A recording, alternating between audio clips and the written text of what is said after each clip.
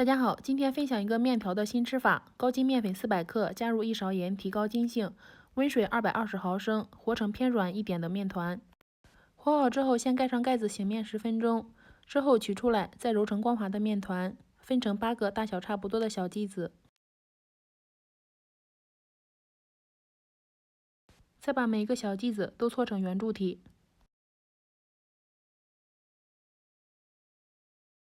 平底盘底部刷一层油，放入面剂子之后，上面再刷一层油，这样可以提高面团的延展性。之后醒面大约40分钟。准备一把韭菜，洗干净，切成末备用。加入适量的食用油，防止韭菜出水。炸一点鸡蛋花放凉，之后倒入韭菜里面。加入食用盐、鸡汁，搅拌均匀。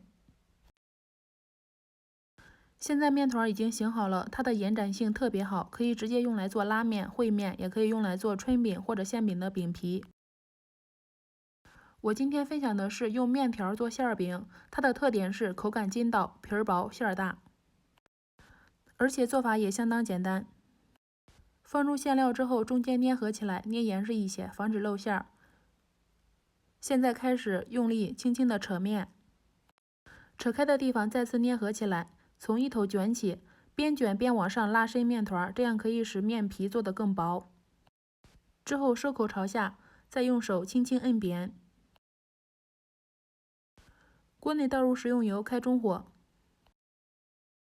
依次放入饼皮，上面再刷一层食用油，这样可以锁住水分。盖上盖子焖5分钟，翻面。翻面之后再盖上盖子，再焖4到5分钟，差不多就能熟了。如果做的是肉馅的话，时间会相对长一些。当然了，我们还可以多做一些生坯子，放到冰箱里面冷冻起来，这样半月都不用早起。用拉面做馅饼，做法超级简单，喜欢的话就试试吧。谢谢您的观看。